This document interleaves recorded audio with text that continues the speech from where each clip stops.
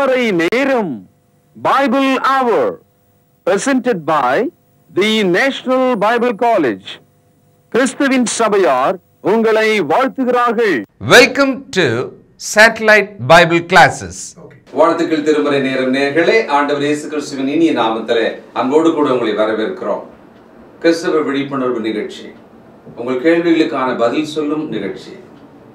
நீங்கள் ஆவலோடு கூட எதிர்பார்த்து வசனங்களை தெரிந்திருந்தாலும் அதன் சத்தியம் தெரியாததுனால நீங்கள் திகைத்து மருண்டு சந்தேகங்களோட தேடிக்கொண்டிருந்த அநேக விஷயங்களை உங்களை கேட்காமலேயே கர்த்தருடைய வசனங்களை ஆராய்ந்து உங்களுக்கு வழங்குகிற ஒரு நிகழ்ச்சி.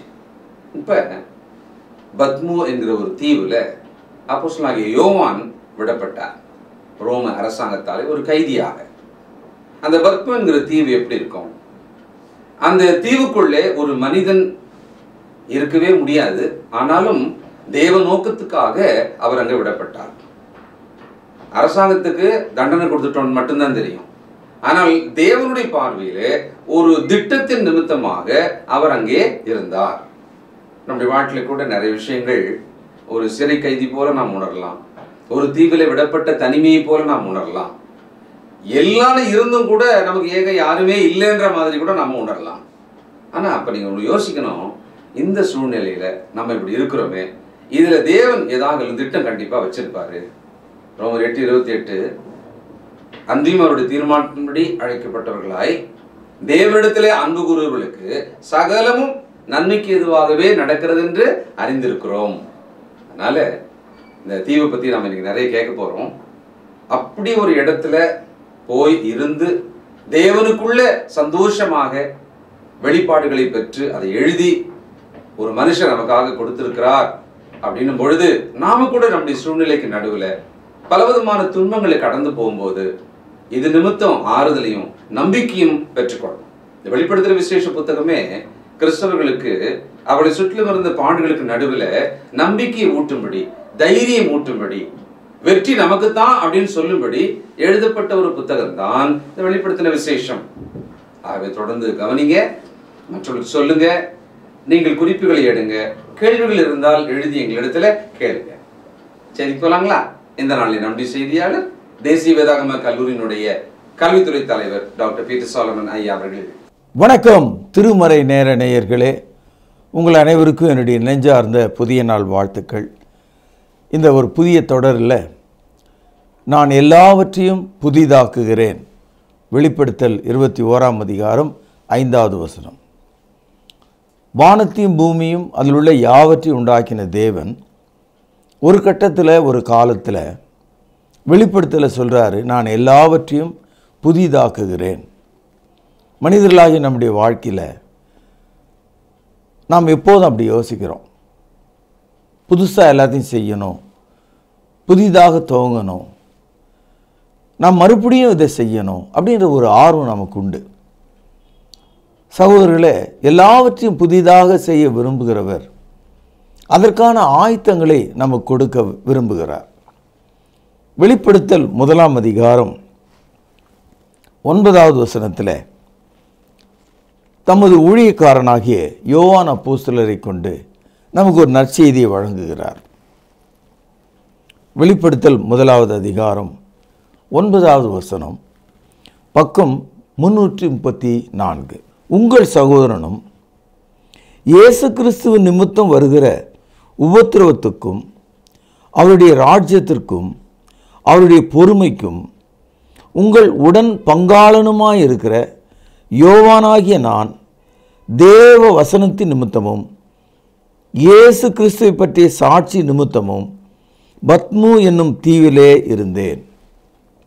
சகோதரர்களே, இந்த வெளிப்படுத்தல் புத்தகத்தை எழுதுவதற்கு தேவன் தன்னுடைய அன்பின் மகனாகிய யோவான் அப்போஸ்தலரை தனித்து விடப்பட்ட ஒரு தீவிலே வைத்து விட்டார். ரோம அன்றைய ஆட்சியாளர்கள் யோவானுக்கு மரணத்தை பரிசாக கொடுக்க விரும்பினார்கள்.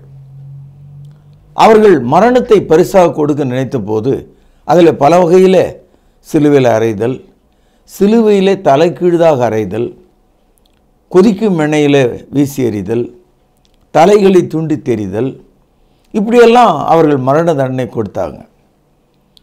அப்படி மரண தண்டனை நிறைவேற்றுவதற்காக அன்றைய ரோம பேரரசு தன்னுடைய ஆட்சிக்குட்பட்ட ஒரு சிறிய தீவு, அதனுடைய சுற்றளவு 35 கிலோமீட்டர் தான். இந்த தீவினுடைய பெயர் பத்மூஸ் என்பதாகும். இந்த தீவு மரஞ்செடிகள் இல்லாத காய்ந்த பொட்டலான சாம்பலும் கற்களும் நிறைந்த ஒரு தீவு. இந்த தீவில் படகில குற்றவாளிகளை கொண்டு வந்து கொன்று வீசி எறிவது அன்றைய ரோமானிய அந்த அரசனுடைய திட்டமாக இருந்தது. ஆகவே அந்த தீவில் வீசி எறியப்பட்ட மனித உடல்கள், எலும்பு கூடுகள் தான் இருக்கும். அப்படிப்பட்ட ஒரு தீவில், எந்தவித நிழல் இல்லாத ஒரு தீவில் யோவான் அப்போஸ்தலர் தள்ளப்பட்டார். அன்றைக்கு சமயத்தில் நம்முடைய வாழ்க்கை கூட ஒரு பொட்டலான, ஒன்றுமில்லாத, காய்ந்த, ஒரு மரம் இல்லாமல், ஒரு செடி இல்லாமல், ஒரு கனி இல்லாமல், ஒரு பூ இல்லாமல், ஒரு நல்ல தண்ணீர் இல்லாத, வேலைக்கு சாப்பாடு இல்லாமல், பஞ்சம் பசி இவைகளின் கீழ் வந்து விடும்போது கர்த்தர் ஏன் என்னை கைவிட்டார்? ஏன் இந்த குழியிலே என்னை தூக்கி போட்டார்? நான் ஏன் இந்த இடுக்கண்களில் வசிக்கிறேன் என்ற கேள்விகளை நாம் எப்போதும் எழுப்புகிறோம். உங்களுக்கு ஞாபகம் இருக்கிறதா? சொந்த சகோதரனை 11 பேர், அவனுடைய மூத்த சகோதரர்கள், அவனை குழியிலே தூக்கி போட்டார்கள். அவனுடைய பேர் யோசேப்பு. அதுபோல தான் நம்முடைய வாழ்க்கையில் நாம் ஒரு குழியில் விழக்கூடும். மரண இருளின் நிழலில் நாம் நடக்கக்கூடியவர்களாக இருக்கிறோம். சகோதரன், நம்முடைய வாழ்க்கை சகல பொல்லாப்பும் வேதனையும் நிறைந்ததாக இருக்கிறது. சில வீடுகளில் 3 மாதத்துக்கு ஒருத்தர் செத்து போவாங்க. ஒரே வருஷத்தில் 3 அடக்கம் ஏற்படும், 4 அடக்கம் செய்வாங்க. அந்த வீட்டினுடைய நிலைமை என்ன ஆகும்? ஆனால் தேவனிடத்திலே அன்பு கூறுகிறவர்களுக்கு சகலமும் நன்மைக்கு ஏதுவாக நடக்கிறது என்று அறிந்திருக்கிறோம் என்று ரோமர் 8ஆம் அதிகாரம் 28ஆம் வசனத்திலே வாசிக்கிறோம். சகோதரர்களே, யோவான் அப்போஸ்தலர் பத்மு என்றும் தீவிலே அவர் இருந்தாலும் அங்கே இருந்துதான் இந்த புதிய எல்லாவற்றையும் குறித்த, எல்லாவற்றையும் நான் புதிதாக்குகிறேன் என்ற இந்த தகவலை தேவன் உலகத்தில் உள்ள நமக்கும் அன்றைக்கு ஆசியாவில் உள்ள 7 சபைகளுக்கும் சொல்லும்படி தேவன் அங்கே கொண்டு சென்றார். தேவனுடைய திட்டம் ஒன்று இருந்தது. தேவனுடைய திட்டத்தை நிறைவேற்றுவதற்கான ஒரு கருவியாக, ஒரு நபராக இங்கே யோவான் அப்போஸ்தலர் இருக்கிறார். அநேக சமயங்களில் நாம் கூட ஏன் இந்த நிலை, ஏன் இந்த மூலை, ஏன் இந்த சூழல் என்று நாம் கேட்கும்போது தேவன் நம்மை ஆயத்தமாக்குகிறார். நம்முடைய குடும்பத்துக்காக நம்மை ஆயத்தமாக்குகிறார். நம்முடைய சபைக்காக நம்மை ஆயத்தமாக்குகிறார். உங்கள் ஒருவனை கொண்டு அநேகரிடத்தில் நன்மை பெருகும்படியாக தேவன் உதவி செய்கிறார். தாவீது பேரரசன் தன்னுடைய வாழ்நாளில் இப்படி சொன்னார், நான் உபத்திரவப்பட்டது நல்லது அப்படின்னார். அதனால் நான் உமது பிரமாணங்களை கற்றுக்கொண்டேன் என்று சொன்னார். அப்போது உபத்திரவங்கள் வழியாக நாம் தேவனுக்கு பிரியமாக இருக்க முடியும் என்பதை இது காட்டுகிறது. சகோதரர்களே, பத்மு தீவிலே இருக்கிற யோவான் அப்போஸ்தலர் இந்த கடிதத்தை எவ்வளோ பாசத்தோடு, நேசத்தோடு, அக்கறையோடு அவர் எழுதுவதை நாம் பார்க்கிறோம். 9வது வசனத்தினுடைய முதல் வரியை பாருங்க. உங்கள் சகோதரன் என்று சொல்லுகிறார், யுவர் பிரதர் என்று சொல்லுகிறார். இன்னைக்கு பாருங்க, கூட பிறந்த அண்ணன் தம்பிங்களே வெளியே சொல்கிறதுக்கு வெட்கப்பட்டு கொண்டு அவன் எனக்கு தெரியாதுன்னு சொல்லுவாங்க. அண்ணன் உயர்ந்த வேலையில் இருக்கும்போது தம்பி வேலையற்றவனாக இருக்கும்போது தம்பி அவன் நேசிப்பதில்லை. தம்பி உயர்ந்த வேலையில் இருக்கும்போது அண்ணனை அறிவு கட்டவன், படிக்காதவன், விளங்காதவன், அவன் பேரை சொல்கிறதுக்கு கூட முடியாத ஒரு சூழலில் இருக்கும். இன்றைக்கு அண்ணன் தம்பி உறவுகள் ரொம்ப குறைஞ்சி போன ஒரு காலம். ஏதோ ஒரு சூழ்நிலையில் பெற்றோர் நிமித்தமாக நம்முடைய பூர்வ சொத்து தந்தை தாய் வழியாக வர வேண்டிய ஒரு காரணத்துக்காகத்தான் நம்ம அண்ணன் தம்பின்னு அதிக உறவுகளை வச்சுக்கிறோம். அந்த அண்ணன் தம்பி உறவு கூட திருமணத்தின் வழியாக வருகிற அந்த அண்ணி அல்லது அந்த பெண் அந்த அண்ணன் தம்பி உறவை முதல்ல பிரித்து வைக்கிறத நம்ம பார்க்குறோம். அது ஒரு சூழ்நிலை தான், வேறு ஒன்றும் இல்லை. தம்பிக்கு திருமணம் ஆனாலும் தம்பி மனைவி அதுதான் செய்வாள். ஆக ஏதாவது ஒரு வகையில் பாசமிகும் அண்ணன் தம்பி உறவை இந்த உலகம் வந்து ஒழித்து கட்டவும் பழித்து கட்டவும் தள்ளி வைக்கவும் தான் பார்க்குது. ஆனால் சபைக்குள்ளே நம்ம வரும்போது நீங்கள் பார்த்தீங்கன்னா ஒருத்தர் எப்படி அழைக்கிறாங்கன்னா சகோதரன் அழைக்கிறாங்க. நீங்கள் பார்த்தீங்களா சர்ச்சில் வந்து சகோதரி என்று அழைக்கிறாங்க. இங்கிலீஷில் பிரதர்ஸ் அண்ட் சிஸ்டர்ஸ் என்று தான் அழைக்கிறாங்க. நம் நாட்டிலேருந்து சுவாமி விவேகானந்தர் அமெரிக்காவில் உள்ள சிக்காகோ நாட்டில் நடந்த உலக மதங்களின் கூட்டத்துக்கு அவர் சென்றபோது அவரை ரொம்ப ஆச்சரியப்படுத்தின ஒரு விஷயம், அங்குள்ள மக்கள் எல்லாரும் ஒருவர் பிரதர் அண்ட் சிஸ்டர் என்று தான் சபைகளில் மத சம்பந்தமான கூட்டங்களை அழைக்கிறது வழக்கம். அதை பார்த்துட்டு இவரும் கூட பிரதர்ஸ் அண்ட் சிஸ்டர்ஸ் என்று தான் அவர் சொல்லியிருக்கார். நம்ம ஆளுங்க இந்த ஊரில் உட்காந்துக்கிட்டு பாருங்கள், இங்கிருந்து அங்கே போன சுவாமி விவேகானந்தர் பிரதர்ஸ் அண்ட் சிஸ்டர்ஸ்ன்னு சொன்னார். பிரதர்ஸ் அண்ட் சிஸ்டர்னு சொன்னார்ன்றது அங்கே இருக்கிறவங்கள பார்த்து இவர் சொல்கிறார், அவங்க சொன்னதை கேட்டு இவர் சொல்கிறார். காரணம், இந்த நாட்டில் இங்கே இருக்கிற மதத்தின் கீழே எல்லாரையும் பிரதர்ஸ் அண்ட் சிஸ்டர்னு சொல்கிறதுக்கு இங்கே இருக்கிற மதத்தில் இடமே இல்லை. ஏன்னா இங்கே மதத்தின் பெயரால் தீண்டாமை போதிக்கப்படுது. பார்த்தாலே தீட்டு, தொட்டாலே தீட்டு, இப்படிப்பட்ட இந்த அருவருப்பான ஜாதிகள் உள்ள இந்த நாட்டில் நீங்கள் யாரையும் போய் அண்ணன் தம்பின்னு சொல்ல முடியாது, பிரதர்ஸ் அண்ட் சிஸ்டர் நீங்கள்லாம் சொல்ல முடியாது. அமெரிக்காவில் நீங்கள் சொல்லலாம், ஏன்னா அது வந்து ஒரு கிறிஸ்தவ நாடு. அதனால் ரொம்ப காலமாக அங்கே இருக்கிற மக்கள் பாருங்கள், விவேகானந்தர் வந்து அங்கே போனார், அவர் பிரதர்ஸ் அண்ட் சிஸ்டர்னு சொன்னார். ஏதோ அவங்களுக்கெல்லாம் தெரியாத மாதிரியும் இவர் தான் அதை புதுசாக கண்டுபிடிச்ச மாதிரியும் இருக்குது. கிறிஸ்தவ மார்க்கம் 2000 ஆண்டுகளாக சபையில் உள்ள மக்களை சகோதரர்கள் சகோதரிகள் என்று தான் அழைக்குது. நாம் ஒருவருக்கு ஒருவர் சகோதரர்களாக இருக்கிறோம் என்று தான் போதிக்குது. அதனால தான் சபையில் எல்லாரும் ஆங்கிலத்தில் பிரதர்ஸ் அண்ட் சிஸ்டர்னு சொல்கிறாங்க, தமிழில் சகோதரன் சகோதரின்னு சொல்கிறாங்க. இந்த வார்த்தையை கவனிங்க, உங்கள் சகோதரன் என்று சொல்கிறார். அன்பு தம்பியே, அன்பு அண்ணனே, தாயே, தகப்பனே, உங்கள் வாழ்க்கையில் ஒரு நல்ல அண்ணன் கிடைக்காம போயிருக்கலாம், ஒரு நல்ல தம்பி கிடைக்காம போகலாம். ஆனால் இயேசு கிறிஸ்துக்குள்ளே நீங்கள் ரட்சிக்கப்பட்டவராக சபைக்குள் இருக்கும்போது உங்களுக்கு ஒரு நல்ல அண்ணன் கிடைப்பார், ஒரு நல்ல தம்பி கிடைப்பார். சபையில் உள்ள அனைவருமே உங்களுக்கு சொந்தம்தான். பிலிப்பியர் 2ஆம் அதிகாரம் 25வது வசனம், மேலும் என் சகோதரனும் உடன் வேலையாளும் உடன் சேவகனும் உங்கள் ஸ்தானாதிபதியும் என் குறைச்சலுக்கு உதவி செய்ததுமான எப்பாப்ராத்துவை உங்களிடத்தில் அனுப்ப வேண்டும் என்று எண்ணினேன். அதாவது பவுலடியார் எப்பாப்ராத்து என்ற மனிதனை பிலிப்பு நாட்டில் உள்ள சபைக்கு அனுப்பும்போது அந்த சகோதரன் என்ற அந்த ஒரு மனிதனை எப்படியெல்லாம் பார்க்கிறார்னு பார்த்தீங்களா? என் சகோதரன் முதல்ல சொந்தம் கொண்டாடுறார், அடுத்தது உங்களுடைய வேலையாள்னு சொல்கிறார், அப்புறம் உடன் சேவகன் சொல்கிறார், ஸ்தானாதிபதி என்று சொல்கிறார், குறைச்சலுக்கு உதவி செய்கிறவன் என்று சொல்கிறார். இந்த எல்லா தகுதியும் தான் ஒரு சகோதரன். உபத்திரவ காலத்தில் உதவி செய்வதற்காக தான் சகோதரன் பிறந்திருக்கிறான். அடுத்ததாக வெளிப்படுத்தல இயேசு கிறிஸ்து நிமித்தம் வருகிற உபத்திரவத்துக்கும் அவருடைய ராஜ்யத்துக்கும் அவருடைய பொறுமைக்கும் உங்கள் உடன் பங்காளனுமாக இருக்கிற என்று சொல்கிறார். பங்காளன் என்று சொன்னால் பார்ட்னர்னு அர்த்தம். ஒரு பெரிய மரத்துண்டை ஒரு ஆள் தூக்க முடியாது. அப்போது ஆரம்ப முனையில் ஒரு ஆளும் பின்னால் ஒரு ஆளும் 2 பேர் சேர்ந்து தோளில் தூக்கும்போது அதை எடுத்துக்கொண்டு போகலாம். பங்காளன்னா என்ன அர்த்தம்னா சம அளவில் எல்லாத்தையும் சுமக்கிறவங்கன்னு அர்த்தம். சகோதரர்களே, நாம் எல்லாரும் நம்மால் முடிந்தவைகளை செய்ய வேண்டியவர்களாக இருக்கிறோம், நம்மால் முடிந்ததை சுமக்க வேண்டியவர்களாக இருக்கிறோம். அவனவன் தன் தன் பாரத்தை சுமக்க வேண்டும், பிறனுடைய பாரத்தையும் சுமக்க வேண்டும். உடன் பங்காளர்.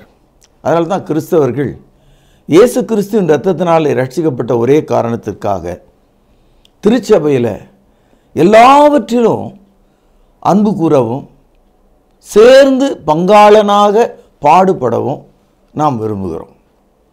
இப்போது வீடுன்னு எடுத்துக்கிட்டிங்கன்னா அங்கே தாய் தகப்பன் அண்ணன் தம்பி அக்கா தங்கச்சி தான் இருப்பாங்க. அது ஒரு வகையான கட்டமைப்பு. ஆனால் சபைன்னு வரும்போது அங்கே அண்ணன் தம்பி அக்காள் தங்கை இவ்வளோ தான் கட்டமைப்பு. பிரதர்ஸ் அண்ட் சிஸ்டர்ஸ் இவ்வளோ தான் மொத்தமே. அதனால தான் நாம் அனைவரும் எல்லா விஷயங்களிலும் தோள் கொடுத்து சுமை தாங்கி ஒருவர் மேல் ஒருவர் அன்பு கொள்ள வேண்டும், ஒருவருக்கு ஒருவர் உதவி செய்ய வேண்டும். அநேகர் பார்த்து கேட்குறாங்க, உங்கள் மார்க்கத்தில் மட்டும் ஏன் உங்களுக்குள்ளவே உதவி செய்தீங்க அப்படின்னு கேட்குறாங்க. அது உண்மைதான். காரணம் என்னென்னா, சபையில் நம்முடைய ஏழை சகோதரர்களை கொஞ்சம் வசதி உள்ளவங்க காப்பாற்ற வேண்டும். ஏன்னா முதல் கடமை நமக்கு அதான். அதனால தான் சபையில் உள்ள அனைவருக்கும் நாம் எந்தாவது ஒரு வகையில், அது ஒரு விதவையாக இருந்தால் அவர்களை கவனிக்கணும், ஒரு சகோதரனாக இருந்தால் அவனை நம்ம உதவி செய்து கவனிக்கணும். எல்லாவற்றிலும் நாம் ஒருவர் கை தூக்கி விட வேண்டியவர்களாக இருக்கிறோம். அதனால்தான் சபை என்பது ஒரு ஜீவன் உள்ளதாக இருக்கிறது. Church is a living body. Every member, it is kind of a brothers and sisters. We need to lift up one another. நாம் ஒருத்தரை தூக்கி சுமக்கணும். இங்கே என்ன சொல்றாரு, இயேசு கிறிஸ்துவினுடைய வசனத்திற்காகவும் அவருடைய ராஜ்யத்திற்காகவும் நான் பத்மு எனும் தீவிலே இருந்தேன் என்று சொல்றார். இதை நீங்கள் கவனிக்கணும். இந்த மதவாதிகள், மத எதிரிகள், மத துரோகிகள், பரிசுத்த ஆவியினுடைய வியாபாரிகள் எப்போதும் தேவனுடைய ராஜ்யம் என்ற வார்த்தையை கேட்கும் போதெல்லாம் இயேசுனுடைய 2வது வருகை நினைச்சிட்டு இருப்பாங்க. அப்போதான் நமக்கு ராஜ்யம் வரப்போகிறதுன்னு. கிறிஸ்தவத்தில் உள்ள இந்த நடுபாகத்தில் இருக்கிற மக்கள், அதாவது புராட்டஸ்டன்ட் அமைப்பு மக்கள், அவங்க ஒரு ஜெபம் பண்ணுவாங்க, உம்முடைய ராஜ்யம் வருவதாக. அப்போ அவங்களுடைய மனசில் இன்னும் ராஜ்யம் வரலை அப்படின்ற நினைப்பு இருக்குது. அதாவது கிறிஸ்தவ மதத்தில் இருக்கிற யாவரும் ஏறக்குறைய இன்னும் ராஜ்யம் வரலை அப்படின்னு தான் நினச்சிட்டு இருக்காங்க. ஆனால் கிறிஸ்தவ மார்க்கம் என்ன சொல்லுதுன்னா, பெந்தெகோஸ்தே என்னும் நாள் வந்தபோது, அப்போஸ்தலர் நடபடிகள் 2ஆம் அதிகாரம் 1வது வசனம், மக்கள் நாங்கள் ரட்சிக்கப்பட என்ன செய்ய வேண்டும் என்று கேட்டாங்க. அப்போஸ்தலர் நடபடிகள் 2ஆம் அதிகாரம் 37வது வசனம். அப்பொழுது பேதுரு அவர்களை பார்த்து, நீங்கள் மனம் திரும்பி ஒவ்வொருவரும் கர்த்தராகிய இயேசுவின் நாமத்தில் ஞானஸ்நானம் பெற்றுக்கொள்ளுங்கள், அப்பொழுது பரிசுத்த ஆவியினுடைய வரத்தை பெறுவீர்கள் என்று சொன்னான். அப்போஸ்தலர் நடபடிகள் 2ஆம் அதிகாரம் 41வது வசனத்தில் அவனுடைய வார்த்தையை சந்தோஷமாக ஏற்றுக்கொண்டவர்கள் அன்றைய தினம் ஞானஸ்நானம் பண்ணப்பட்டார்கள். அவர்கள் ஏறக்குறைய 3000 பேராக இருந்தார்கள். அப்போஸ்தலர் நடபடிகள் 2ஆம் அதிகாரம் 42ஆம் வசனத்தில் அவர்கள் எல்லாரும் அப்போஸ்தலருடைய உபதேசத்திலும் அந்யோன்யத்திலும் அப்பம் பிட்குதலிலும் ஜெபம் பண்ணுதலிலும் உறுதியாக தரித்திருந்தார்கள். அவர்களுக்கு ஒரு உபதேசம் இருந்தது. இப்படிப்பட்ட மக்களை அப்போஸ்தலர் நடபடிகள் 2வது அதிகாரம் 47வது வசனத்தில் தேவனை துதித்து ஜனங்கள் எல்லாரிடத்திலும் தயவு பெற்றிருந்தார்கள். ரட்சிக்கப்படுகிறவர்களை கர்த்தர் அனுதினமும் சபையிலே சேர்த்து கொண்டு வந்தார். இது 2ஆம் அதிகாரம் 47வது வசனம். ராஜ்யம் என்பது சபை. சபை என்ற வார்த்தை ஒரு பொது வார்த்தை. ராஜ்யம் என்ற வார்த்தை யூதர்களுக்காக சொல்லப்பட்ட வார்த்தை. காரணம், யூத மக்கள் தேவனுடைய ராஜ்யம் என்றே அவர்கள் பேச அறிந்தவர்களாக இருக்கிறாங்க. புறஜாதியராகிய நமக்கு தான் பொதுவான ஒரு வார்த்தையாக சபை என்ற சொல் பயன்படுது. நீங்கள் புதிய ஏற்பாடு முழுவதும் படிச்சீங்கன்னா சபையின் தலைவர் யார்? கிறிஸ்து. ராஜ்யத்தின் தலைவர் யார்? கிறிஸ்து. சபையின் போதனை என்ன? புதிய ஏற்பாடு. ராஜ்யத்தின் போதனை என்ன? புதிய ஏற்பாடு. ராஜ்யம் எதற்காக காத்திருக்கிறது? சபை எதற்காக காத்திருக்கிறது? கிறிஸ்துவின் 2வது வருகைக்காக. ஆக நீங்கள் தெளிவாக படித்து பார்த்தீங்கன்னா ராஜ்யம் இப்பொழுது சபையாக நமக்குள் இருக்கிறது. இந்த ராஜ்யத்தை மீண்டும் எடுத்து தேவ சமூகத்தில் பரலோகத்துக்கு கொண்டு செல்வதற்காகத்தான் இயேசு 2வது முறையாக வருகிறார். இங்கே கவனிச்சிங்கன்னா உங்கள் சந்தேகம்லாம் தீர்ந்து போயிடும். என்ன சொல்கிறாரு? இயேசு கிறிஸ்துனுடைய ராஜ்யத்து நிமித்தம் அவருடைய ராஜ்யத்து நிமித்தம் நான் துன்பப்பட்டு பத்மு என்னும் தீவிலே விடப்பட்டிருக்கிறேன். For the sake of the kingdom I was left at Patmos என்று சொல்றார். அப்போ ராஜ்யம் இல்லைன்னு சொன்னா இந்த வசனம் தவறா போயிடும். ஆகவே இயேசு கிறிஸ்து தன்னுடைய வாழ்நாள் காலத்திலேயே அந்த ராஜ்யம் விரைந்து வருகிறது என்று மார்க்கு 9ஆம் அதிகாரம் முதல் வசனத்திலே சொல்லுகிறார். அந்த ராஜ்யம் பலத்தோடு வரும் என்று அப்போஸ்தலர்களுக்கு சொன்னார். இந்த தகவலை அப்போஸ்தலர் நடபடிகள் 1ஆம் அதிகாரம் 5வது மற்றும் 8வது வசனத்தில் நாம் பார்க்கிறோம். பலம் தோடு பரிசுத்த ஆவியானவர் வந்தார். ராஜ்யம் வல்லமையாக ஸ்தாபிக்கப்பட்டது. கொலோசியர் 1ஆம் அதிகாரம் 13வது வசனத்தில் இருளின் அந்தகாரத்தினின்று ஒளியின் ராஜ்யத்துக்குள்ள தேவன் நம்மை இப்பொழுது உட்பிரவேசிக்க செய்திருக்கிறார். ராஜ்யத்து நிமித்தம் உபத்திரவங்களை கிறிஸ்துவின் சபை இன்றைக்கு படுகிறதாக இருக்கிறது. ஆக என் அன்பு சகோதரர்களே, கண்மணிகளே, தோழர்களே, இந்த வசனம் எல்லாவற்றையும் புதிதாக்குகிற தேவன் புதிதாக்குகிற செய்தியை நமக்கு கொடுக்கத்தக்கதாக இப்பொழுது இந்த வெளிப்படுத்தல் என்ற புத்தகம் நமக்கு கிடைக்கணும்னு சொன்னால் இயேசுவை நேரடியாக கண்ட ஒரு சாட்சியால் தான் இதை எழுத முடியும். அப்போஸ்தலருடைய வரிசையில் கடைசி அப்போஸ்தலனாக மரித்தவர் இந்த யோவான் அப்போஸ்தலர் தான். இந்த யோவான் இப்பொழுது ஏன் பத்மு தீவில் இருக்காருன்னா நமக்கு ரொம்ப ஆச்சரியமாக இருக்கும். அங்கே மழை இல்லை, தண்ணி இல்லை, சாம்பல், வெறும் கற்கள், உணவில்லை, எதுவும் இல்லை. ஆனால் தேவன் அந்த மனிதனை அங்கே வைத்து இந்த புத்தகத்தை உங்களுக்கு கொடுத்திருக்கிறார். ஆகவே இந்த வெளிப்படுத்தல் புத்தகத்தை உங்கள் கையில் ஏந்தி இதில் உள்ளவைகளை நீங்கள் வாசிக்க ஆரம்பிக்கும் போது தேவனுடைய கருணையை, அவருடைய அன்பை, நீங்கள் அவருடைய சகோதரர்களாக இருக்கும்படி அழைக்கப்பட்ட அந்த அன்பை நீங்கள் புரிந்து கொள்ளுங்கள். அன்பான சகோதரர்களே, இந்த காலையில் நாம் கேட்ட இந்த செய்தி உங்களை மாற்ற வேண்டும், உங்களை வழி நடத்த வேண்டும், உங்களை ஆசீர்வதிக்க வேண்டும். இந்த சத்தியத்தை விளங்கிக் கொள்ள பிரகாசம் உள்ள மனக்கண்களை தேவன் உங்களுக்கு அருள வேண்டும் என்று கேட்டு இந்த செய்தியை நான் இங்கே நிறைவு செய்கிறேன். கர்த்தராகிய இயேசு கிறிஸ்துவினுடைய கிருபையானது உங்கள் அனைவரோடும் இருப்பதாக பிரார்த்தனை செய்வோம். மகா பரிசுத்த நிறைந்த எங்கள் அன்பான தகப்பனே, இன்று நாங்கள் வாசிக்க கேட்ட யோவான் அப்போஸ்தலர் உங்கள் சகோதரன், உங்கள் உடன் பங்காளன், ராஜ்யத்து நிமித்தம் நான் பத்மு தீவில் இருந்தேன் என்ற தகவல் எங்கள் இருதயத்தின் ஆழத்தை பாதிக்கிறது. எங்களுடைய விசுவாசத்தை அது துலக்குகிறது. நாங்கள் மிகுந்த நம்பிக்கையோடு இந்த வசனத்தை கையில் வைத்து உமக்கு நன்றி செலுத்துகிறோம். கேட்ட மக்களை ஆசீர்வதியும். இயேசுவின் நாமத்திலே ஜெபம் கேளும் பிதாவே, ஆமென். கிறிஸ்துவின் இரக்கமுள்ள நாமத்தில் இந்த காலை பொழுதுல உங்களை சந்தித்து இயேசு கிறிஸ்துடைய வெளியேறப்பட்ட நாமத்தில் வாழ்த்துக்களை சொல்வதிலே மகிழ்ச்சி அடைகிறோம்.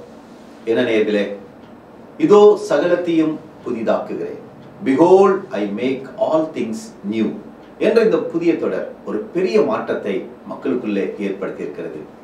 தமிழ் பேசும் நல்லுலகம் பார்க்கும் எல்லா தேசங்களிலும் இந்த தொலைக்காட்சி நிகழ்ச்சி இந்த புதிய சத்தியத்தை கொண்டு போய் சேர்த்திருக்கிறது.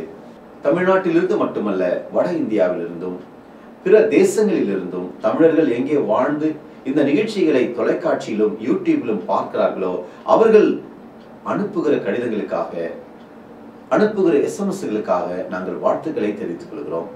நேர்களே, நீங்கள் உலகத்தில் எந்த மூலையில் இருந்தாலும் நீங்கள் இயேசு கிறிஸ்துவின் வழியிலே நடக்க உங்களை உற்சாகப்படுத்துகிறோம். இந்த நாளிலே அப்போஸ்தலனாகிய யோவான் பத்மு தீவிலே ரோம பேரரசினாலே நாடு கடத்தப்பட்டு தண்டனைக்கு உட்படுத்த விஷயங்களை குறித்து கேள்விப்பட்டோம். இயேசு கிறிஸ்துடைய அப்போஸ்தலர்கள் எல்லாருமே இயேசு கிறிஸ்துக்காக இரத்த சாட்சிகளாக மரித்தார்கள். அதிலே யோவானும் விதிவிலக்கல்ல. அவரும் கூட பத்மு தீவிலே இயேசு கிறிஸ்துடைய ராஜ்யத்தை பற்றிய உபத்திரவங்களின் நிமித்தமாக அங்கே சேர்க்கப்பட்டிருந்தார். அங்கே இருந்து தேவன் அவருக்கு வெளிப்படுத்தினவைகளை, கிறிஸ்து அவருக்கு வெளிப்படுத்தினவைகளை, ஆவியானவர் அவருக்கு வெளிப்படுத்தினவைகளை சபையார் அறிந்து கொள்ளும்படி புத்தகமாக எழுதியிருக்கிறார். அநேகர் வெளிப்படுத்தின விசேஷ புத்தகத்தை புரிந்து கொள்ள முடியாத புத்தகம் என்று ஓரிரு அதிகாரங்களை படித்துவிட்டு மூடி வைத்து விடுகிறார்கள். ஆனால் இன்று முதல் நீங்கள் நிச்சயமாக இந்த வெளிப்படுத்தின புத்தகத்தை மிகவும் நேசித்து படிப்பீர்கள் என்று நான் நம்புகிறேன். இன்று நீங்கள் கேட்ட செய்தியிலிருந்து உங்களுக்கான பரிசு கேள்வி இதுதான். பத்மு தீவு எப்படிப்பட்டது? பத்மு தீவு எப்படிப்பட்டது? அதை பற்றி இன்று நீங்கள் கேட்ட செய்தியிலிருந்து சில தகவல்களை எழுதி அனுப்புங்கள். கேள்வி மீண்டும் சொல்கிறேன். பத்மு தீவு எப்படிப்பட்டது? எழுதி கொண்டீர்களா? கொஞ்சம் அந்த நோட்ஸை பாருங்க, வசனத்தை பாருங்க, சரியான பதிலை எழுதுங்க. சரியான பதிலுக்கு நல்ல பரிசுகள் காத்திருக்கிறது. ஏற்கனவே கேட்ட கேள்விகளுக்கு பதில்களை எழுதி பரிசு பெற்றவர்களை வாழ்த்துகிறோம். அநேகர் புதிய ஏற்பாட்டு சத்தியத்துக்கு திருமுழுக்கின் மூலமாய் கீழ்ப்படிந்ததற்காக வாழ்த்துகிறோம். தொடர்ந்து பாருங்கள், பிறரை பார்க்கும்படி உற்சாகப்படுத்துங்கள். மீண்டும் நாளை காலை இதே நேரம் இதே சேனலில் உங்களை சந்திக்கிறோம். தேவ கிருபையும் சமாதானமும் உங்கள் அனைவரோடு கூட இருப்பதாக. தொடர்பு கொள்ள வேண்டிய முகவரி: திருமறை நேரம், 58 சர்ச் தெரு, குமரன் நகர், சென்னை 6,82,000. தொலைபேசி எண் 044255008882. செல்போன் 9385500882. கர்த்தாவே, தேவர்களில் உமக்குப்பானவர் யார்? வானத்திலும் பூமியிலும் உமக்குப்பானவர் யார்? உமக்குப்பானவர் யார்? உமக்குப்பானவர் யார்? வானத்திலும் பூமியிலும் உமக்குப்பானவர் யார்? வானத்திலும் பூமியிலும் உமக்குப்பானவர் யார்?